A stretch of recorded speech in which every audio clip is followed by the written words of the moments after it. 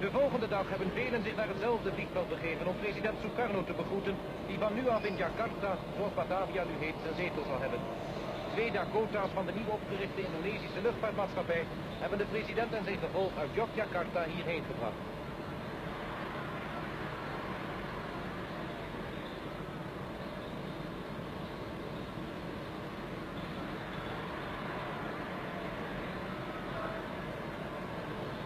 De kinderen van ingenieur Sukarno die met hem uit Jogja meekwamen vertrekken eerder.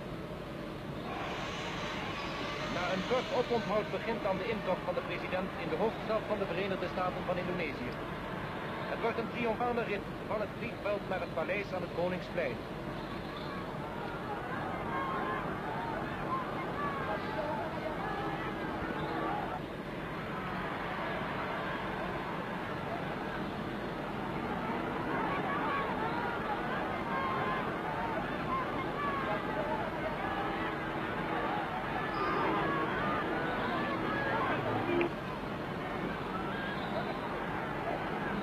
Op het bordes van het paleis wordt ingenieur Sukarno onder andere opgewacht door Sultan Syahrir.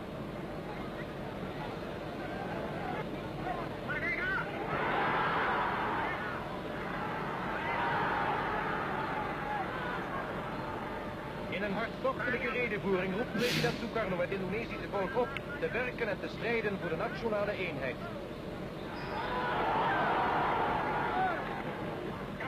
Saudara-saudara sekalian, apa sebab sekarang Santriwana tidak berkibar?